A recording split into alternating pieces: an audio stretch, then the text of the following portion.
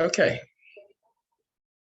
Brilliant. Thank you very much. I can see that's quite a good number. As soon as I see the number going up above 30, I consider a session open. It's 35 actually, yeah. That's exactly what I want to see, numbers going up. Thank you very much, everybody, for joining us during your lunch break. This is your extended break. And for those of you who were in sessions that were suddenly interrupted, again, apologies. We will write to you, again, apologize deeply, and hopefully we'll make up to you by circulating the recordings of the sessions. So welcome to our lunchtime session. And it is one of the sessions I've been looking forward to the most, because I think it's going to be a quite interesting one. So this is an in-conversation session. It's going to be me and our host, Dr. Gianfranco Conti, chatting about something that is all about him really and what he's doing.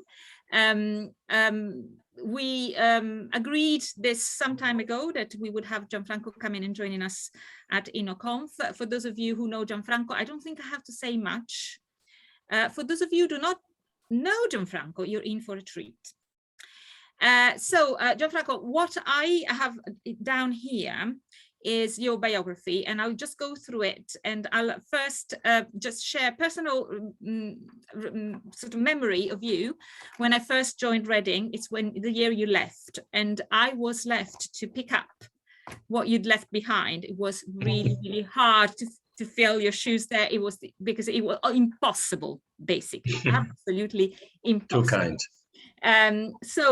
Who is Gianfranco Conti? So Gianfranco Conti, I'll go sort of ad lib in many ways, but as in I know Gianfranco is a product of Reading, as I say. He studied his MA here at Reading, and he did his PhD here at Reading, so he's one of us in many ways, and is to close the circle, he's now one of our visiting fellows. After his studies here, he's gone around the world. He's been working in schools, in primary secondary schools here and then in the world. You're now currently in Malaysia, and while doing that, Gianfranco has been reflecting on the kind of research he's been doing, especially on cognitive science and language learning, and he's put together by practice and by then, together with CPD activities that he's run, he's put together an approach and methodology, which is called EPI, if I am correct. Yeah. And you will explain to us what that is later on, which has taken the especially the Anglophone education sector, I think, by storm, completely by storm, and in particular, the secondary sector.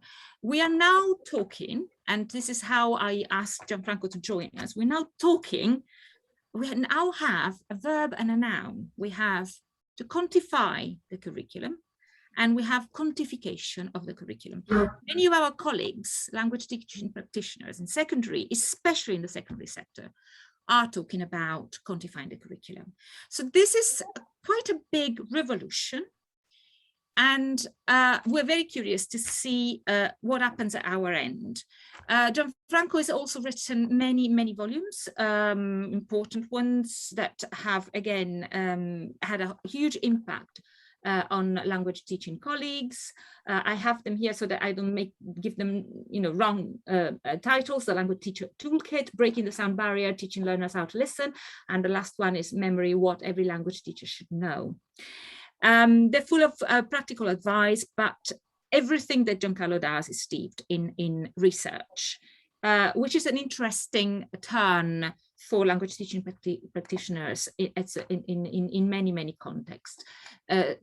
So Gianfranco is behind the sentence builders, the volumes dedicated to different languages that are huge bestsellers, and he's behind a very, very successful website, the Language Gym, which he's running. He's running CPD's events everywhere. Wherever he goes, he has a following. He has a cult following. Let's be honest, Gianfranco, this is cult following, and it is. But it is, I think, justified. It's nothing irrational about your followers. On the contrary, I think there is a lot of thinking and reflection going on. So what, Gianfranco, if I left anything out, please just do.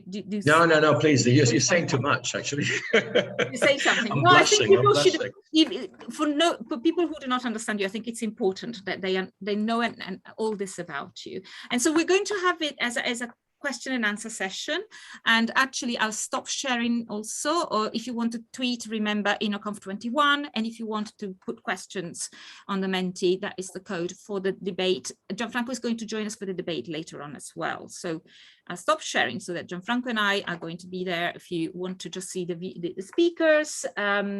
So Gianfranco, I have got some questions, and as I said, if anybody wants in the chat, you can put reflections, questions, you can interrupt us, you can raise your hand. Raul, if you could just monitor the chat for us, and if you want to raise hands, you please, Raul as well, if you want to interrupt us, please do so. So can I go back to that quantify and quantifying, quantification of the curriculum? What's going on? So first of all, let's clarify that I didn't come up. I'm not that arrogant. Okay, I didn't come up with the term quantification. I think it was a shorthand for a lot of teachers who follow my approach, or who just use my ideas to basically saying they're adopting my approach. And I think it sounds easier as well than EPI, because EPI means extensive processing extraction. Is a bit of a overly sort of complicated word for to talk about medias and that. Anyway, so the idea is that people are using my approach or my ideas, not necessarily always my approach in its entirety, but at least there's some techniques and games and the sentence builders that seem to be associated with me. But there's a lot of people who actually also claim to be quantifying, but they're not really. They're using some techniques that are more maybe obvious and more evident as my sort of preferred tools, but it's not necessarily. So quantifying means really building a curriculum which contains a longer sequence, involves a longer sequence that is normally done in secondary schools, because normally in secondary schools, primary schools, and also higher education, the typical language lesson is PPP, which is presentation, practice, and production.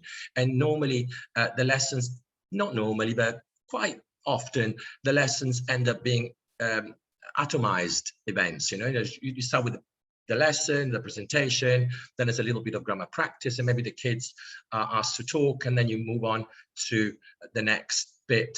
In my approach, quantifying means really creating sequences which start with modeling, loads and loads and loads of processing of input, which then gradually is transformed in output.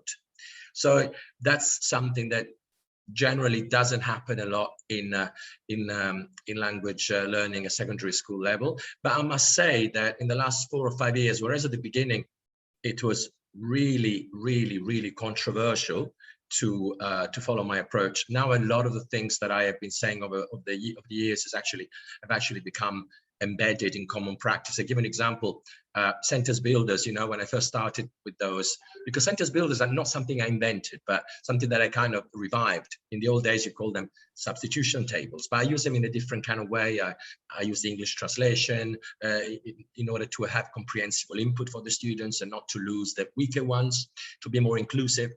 I use a lot of techniques which people might recognize, but I repackage in a way that they follow a specific approach called process-based approach. I might say something about that later. But the idea is really that the curriculum is inclusive. It focuses especially, when people say quantifying, it's really about fostering willingness to participate and communicate for all. Very often when people start with the grammar lesson, with the PowerPoint, with new vocabulary and new grammar, they don't realize how difficult it can be for the average kids with a poor working memory or average working memory. How daunting it can be to get the students so young to really think in abstract when most of them are still in Piagetian concrete operative thinking mode, where they can't really think abstractly. So there's a lot of practices which add what Professor Suella called extraneous cognitive load, extra cognitive load, which is not really needed. And my approach is about combining really implicit incidental learning, so subconscious learning and explicit learning together, rather than seeing them as opposites, as has been. I have to stop you there straight away. You have to stop you there straight away, because you mentioned the two words that are playing with constantly when I try and think about my teaching. I'm very much fond of the explicit side of things, and I'm very fond of explicit side of things, but I also want to try and put these two things together. So how do you do that? Because we're going straight now into the theory of it. How do you put those two things that, as you were saying now, are considered as complete opposites? I see them as being divided by a membrane, somehow a penetrable membrane. I mean, this is my image of it, and everything that is explicit eventually has to become implicit. And there are processes for that to happen. I mean, is this what you're thinking of? Is this the kind of approach you have? Yes and no. So the idea of combining both things comes from the observation that there is a phenomenon called formal priming, which could be phonological priming, lexical priming, or structural priming. Structural one is the one that really has more weight in my approach. The idea that is that you bombard the students with the same patterns over and over and over again, using also, of course, a number of techniques like input enhancement, like input flooding, making sure that everything in your input, like nearly everything, is 98% is comprehensible. The other techniques like using the L1 to many things that I can't explain succinctly in a few minutes, but the whole idea is that you start explicitly with a sentence builder. Yeah. So the sentence builder, that's one of the explicit moments where you model the chunk, the pattern. Then what you would do, working, exploiting the phenomenon of structural priming, which is where a phenomenon whereby you bombard the listener with comprehensible input, which is highly patterned and highly repetitive, hence the inclusiveness, but not repetition of the nursery rhyme type. It's more complex than that. That's the problem with some people. They don't understand because they don't follow, they haven't attended my CPD, those who did understand. The idea is that according to a lot of science, a lot of experiments, when you bombard people with the same pattern, you can actually alter their working memory. For instance, the famous experiment in the 80s by a guy called Bock, and it's been repeated many times over, and it's become one of the staples of what's called emergentism, or usage-based approach by a guy called Nick Ellis, who's a genius from Wales. And what basically structural priming says is that in these experiments, they found that if a person, the researcher, was bombarding using flashcards in which one person was doing something to one another, he was bombarding the informants with descriptions in the passive voice, which is unnatural, right? Because you usually say the person is watering the plant, not the plant is watered by the person, yeah? But he did this unnatural thing on purpose. The people went away for 20 minutes, 15 minutes, they came back, and he asked them to describe new pictures without any cues, without any prompts. And guess what? Obviously, the people started to describe them using the passive voice. Now, this is important because it means that if it happens 20 minutes after the explanation, it means you have altered long-term memory, because working memory, short-term memory, lasts about 15 seconds. So this is a powerful phenomenon called priming, which is studied over and over again. Today, I read a number of articles on eye tracking studies where you actually, it's really sometimes it's kind of shocking, but if you show certain words that want them to notice, for instance, race or rage. So imagine before people read a text and you say words like rage, like tick for sick, this is called phonological priming, when the students actually go to read that text with words which are similar in sound to the ones that you showed them before, the eyes fixate longer on those words.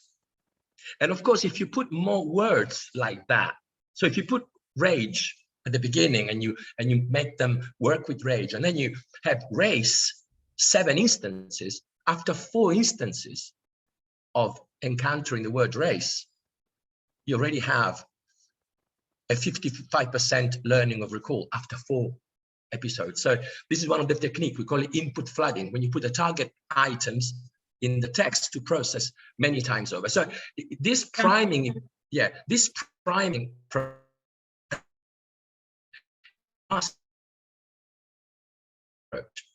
why do I do that?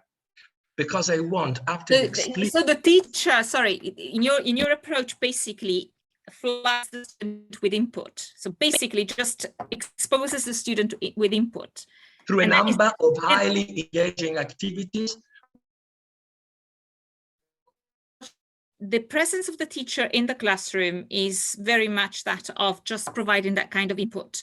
And not only, Tiziana, not only, sorry, answer, but it's input which is through interpersonal listening. So is the teacher being the nurturer, although they can also use audio tracks along the way. But the idea is that the teacher is really the provider of the input because of, for a number of reasons, to do with the McGurk effect and other things, whereby we know that you learn better when you look at somebody's lips because we hear also with our eyes. But the main thing is that the oral input is supported by the transcript at the beginning. Why? Because at the beginning, of course, when you are still struggling as a learner or you're weak, the big problem when you learn from listening, especially when somebody talks as fast as me, is segmenting words, identifying the boundaries of words. So in my approach, the priming happens as well with transcript, which allow the brain to segment, which without segmenting, you can't learn vocabulary. Where does the explicit extraction happen? At the end of the priming process. Why? Because at that point, the student has already internalized through, after 2 lessons usually of input, 2 lessons of controlled input where the student are asked to retrieve chunks. So imagine I'm teaching them the subjunctive. I could, right? Penso che sia bello. I think it's nice. The students learn it as unanalyzed chunks. And when you get to the grammar, you reverse engineer because the student have already learned the chunks. This is important at secondary level because it means that everyone can actually participate.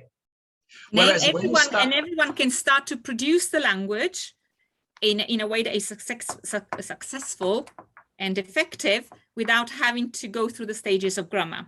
Now, I'm really conscious of time. We haven't got a lot of time, and this is just for people are here. This is a teaser. To have Gianfranco here is a teaser. I'll tell you more about it at the end, because we hope to have Gianfranco with us a bit more often during this year and take advantage of the fact that he's so close. Of course. But my question now is in the context of this. I mean, you're here because you are an innovator. Okay, this is the conference of innovation, and this has caused a lot of changes in secondary education of languages. It's made students want to learn languages, and yet in a country like this one, which is where your impact is very, very strong, we still witness numbers dwindling, universities being affected by that. Universities also, they are still sometimes resistant to having to have beginners. And this is it's changed a lot in the last few years, but they're resistant to having beginners. Now, universities take care normally in this country of students who have already studied languages, already gone through, and possibly in a few years' time, or maybe now, we're getting students who've gone through your method. Is there something, I mean, your method is very much for beginners, I think. It works really, really well for beginners. I think it has got an excellent track record for beginners. What about students who are already advanced? Is there something that we can take from what you're doing that comes here at university? And I'm not saying that we cannot interact with your method, especially beginners level at university, within university, because that is also where we need to pick up more students. But I'm talking about those students who've already got a good level. Is there something that we can take from you? Absolutely. The most important part is listening as modeling, which is the idea that listening should and reading should model. These are the two of the pillars of BPI. So listening as modeling, or LAM, or reading as modeling, or RAM, are designed to do one very important thing, which unfortunately doesn't usually happen, which is transforming input into output. So for instance, I taught at university for many years, as you know, and what often happens, and still, and even at A levels, actually A levels that happen too, you have a text, the students read the text, and then magically they're supposed to talk about it. And where do they get the language from? So for instance, the basic structure, which are called mass ears, can be condensed into what I call people in French, because people in French is a bad word. It's like, it means sort of whatever, BS. People means pre-reading, in-text exploitation, post-reading, and of course, output. Now, that is basically the basics of BPI. How you do that, I don't have enough time to talk about it, but I can tell you the main staples. Number one, you make sure that you have a number of activities, including some of the ones that I mentioned to you, adapted for higher level. So a substantive pre-reading or pre-listening set of activities, tasks. Then you have the I, and this is the most important part, how you exploit a text. Now, we apply in EPI something called process-based approach. What does it mean? It means that, and this is something that doesn't happen at A level, and to my knowledge, high university level either, is that you target the text, you tackle the text at every level of grain. In other words, we know that when we process any text, when we listen, for instance, we focus on the sound level, the syllable level, the lexical level, the meaning level, the discourse level, syntax level, of course. So this is something that I don't know if it happens now, but I've never seen in higher education before. I never seen it in A level, yet it's essential, because we know that input, when you are tackling any text simply at the level of meaning with comprehension, is very fragile, because the brain cannot focus on form and meaning at the same time. So one can see already, if you exploit a text for just 15, 20 minutes or 30 minutes, or even an hour, focusing only on comprehension questions or on content words, kids are not learning anything about syntax, about grammar, about sounds, about function words. For instance, we know, based on the redundancy effect made famous by Professor Bill van Patten, that when you read a text, you only focus on function words. Now, in higher education, you need loads of connectives. You need a lot of discourse markers. You need a lot of function words. You need to know, you need to learn verbs, the form of certain words, which are high level, because it very often is technical language. And also, another very important thing, when you write an essay, where are you going to get the language from? Possibly from the articles you read and the essays you read, right? But again, if you focus only on meaning, if you don't do that extensive processing from which my approach take the name, the kids won't ever learn the language that they need, because, as I said, by focusing only on the meaning or on some word-focused activities, you're only focusing usually on content words and meaning. So you're not learning anything else. And what happens? I'm raising my hand. Sure, go ahead. It's very interesting what you're saying, but I'm thinking things like students' ability to abstract and have exposure to previous language learning that may make them prime them better towards a more immediate learning. Let's call it learning. I don't want to go into the details of that. I'm thinking of questions of time, because I know we've already had you here at Reading running a workshop about how to make the most of the time you have, and how quick and fast your method can be in making students absorb something completely new. But when something is already there and there's a lot of it, I would imagine that somebody would come back and say, yes, but they already know how to learn. They should just use it. That's something that happens at a certain level, and it's documented by loads of research. A lot of kids that you find that will come to university, they will have plateaued. Yeah, there's a plateau, and the thing is, how do you bring them up? And normally that happens when they go to Italy, right? But as I said, if I'm learning, I'm exploiting a text thoroughly, and then I ask them, after much consolidation, after that, to have output. It's true that you might cover less because of the time constraints, although the answer is blended learning there. Blended learning that's why we created the language gym, to actually have opportunities for that.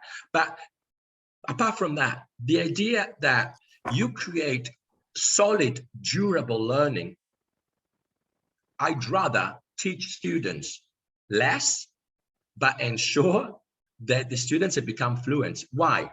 Because fluency training, which is a reality, has been conceived by the great Paul Nation, Norman Segalowitz, and others, which I present a lot about, and it's the final part of EPI. Fluency means automaticity, which means nothing is ever going to be lost. Because when you automatize something, it gets transferred to the back of the brain, it becomes subconscious, and you retrieve it effortlessly. Now, this doesn't happen. At university, I would expect students to be fluent, to become fluent. And a lot of the people who come from A-level, I can guarantee you, are not fluent. They might have passed A-level. I absolutely agree with that. I am stopping you there just because I would like to see if there's anybody else who has any questions at this stage and this point. If anybody wants to raise their hand, I'm noticing in the chat there's a colleague from Vietnam, which is absolutely amazing. I'm used to having people from Vietnam. We have quite a few subscribed to the language gym too. I think most of the schools there, because of course Malaysia is near Vietnam, so it frequently happens. But one thing that is very important, Ensa, is knowing that the version of EPI that you mentioned is the version for Key Stage 3, which is basically year 7, 8, and 9 in primary. For instance, at the moment, I've been asked to implement EPI, to help implement EPI in Wales, to try and revive the Welsh language. It's a big project with loads of funds from the government, actually 2 projects, 2 different entities. And that's for primary and secondary. Primary and secondary meaning middle school. But then you have the version for Key Stage 4, where, of course, some pattern will have been assimilated. The pool of vocabulary that has been established is stronger, so the kids have a strong foundation in the basics of grammar and vocabulary. So it can be tweaked, and it has to be adapted at every single level of proficiency. So the biggest benefit of EPI for primary and secondary is really to build the foundations, durable learning for Key Stage 4. And this is what I think a lot of teachers liked. The problem is, of course, and that's what affects later on uptake at university, I believe, is the fact that unfortunately, when it comes to GCSE, a lot of kids who haven't done EPI will come there with less durable learning. Not all of them, but a good percentage of them. Those who follow the textbook, those who follow the pace of the textbook, will get to year 10 and 11, and the teacher, I know because I've done it for 20 years, when I was, 15, when I was in England, you start teaching all over again. The kids that were supposed to learn in year 7, 8, and 9. So these kids have 2 years of cramming, because everyone is panicking about the exams results, which will reflect then on the school. So the problem is that very often, and this is the big issue, during Key Stage 3, there's not much durable learning. And if you have a bad experience in year 10 and 11, because it's all about exams and revising what has been learned before many times over. I don't know, many times in England, a lot of teachers had to teach the perfect tense all over again. Imagine a student in year 8, 9, 10, and 11 has the same sort of lesson on trying to learn the perfect tense. What happens is that then few people are going to continue to A level, and then fewer still are going to continue at university. So we need to create a sense of self-efficacy, of success at Key Stage 3. Make sure that these kids actually enjoy languages and they have a sense of success. So that when they get to Key Stage 4, year 10 and 11, you don't need to revise constantly and reteach, not revise, reteach what was taught before. And this is unfortunately the big problem. Gianfranco, you have, I think, just hit the problem there, you know, right there. You've just gone to what it is that bothers many of us and can cause some sleepless nights at times, thinking about how we can attract students back into language teaching and do so in a country that culturally doesn't seem to be supporting that. One, you've just mentioned success, and this is my last question, and because I'm conscious of time. 4 minutes left, yeah. Yes, and I need to introduce the next one. Success. Has anybody measured the success of their students using your method? Is there any study out there of that? And yeah, very quickly again, because that's a very good question, because they're underway now. So there's a number of PhDs happening around the world. There's masters in Canada, Australia. You said that my approach is big in England. I think it's possibly bigger in Australia, actually.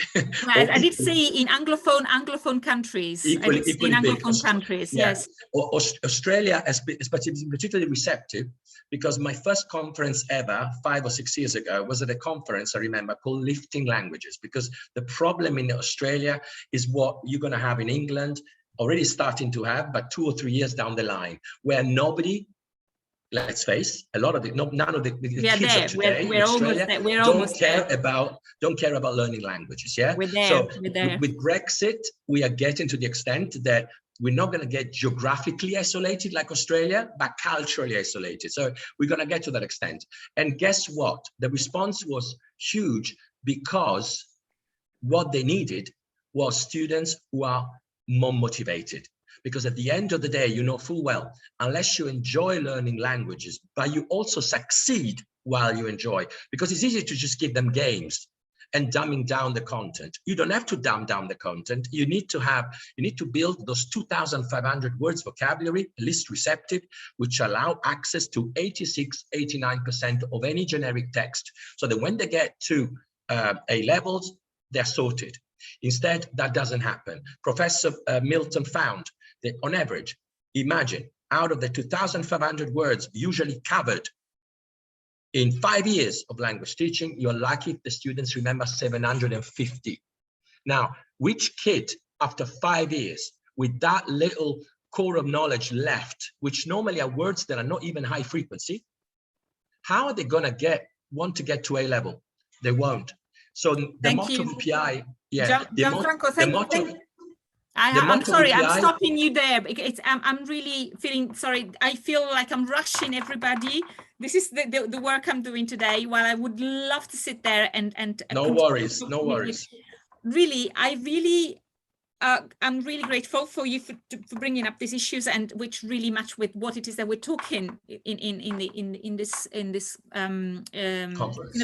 this conference. What I am looking forward to is to have you in the discussion panel later on, because we want to continue to hear about your vision about what the future of modern languages may be for UK for language teaching in general throughout the world, because we have got delegates from everywhere. So I'm sorry we haven't heard any questions from anybody, but people remember we have got the Menti. If you have got any questions for Gianfranco, any thoughts that they're being provoked by what Gianfranco mentioned today, been talking about today, we have the Menti that is going to be then relayed back to the panel lists later on at 4. So just now I'm going to just share one last time, from here at least, my slide for the following sessions. Raul, if you could share the program with the links in the chat, that would be good. So these are the sessions to come. If you want to use the program, if Raul manages to send it to you, otherwise you use the program we've been already circulating. These are the following sessions here. So we have, please note, paper 8 in a parallel session 3, future of blended and hybrid learning. That's going to be pre-recorded, because unfortunately Samina is not well enough to be here today. So we wish her all the best. Please and just go to the other sessions. Now, I said something about having something with Gianfranco later on. There is something I'm going to mention at closing, in the closing remarks of today. We hope to have Gianfranco with some workshops or events in the coming academic year. So watch this space. Gianfranco and other colleagues are going to be organizing events for us so that we can continue the conversation. Gianfranco, thank you so much. Again, ciao. Everybody, all the best, guys. for your appreciation, and we'll see you later at 4.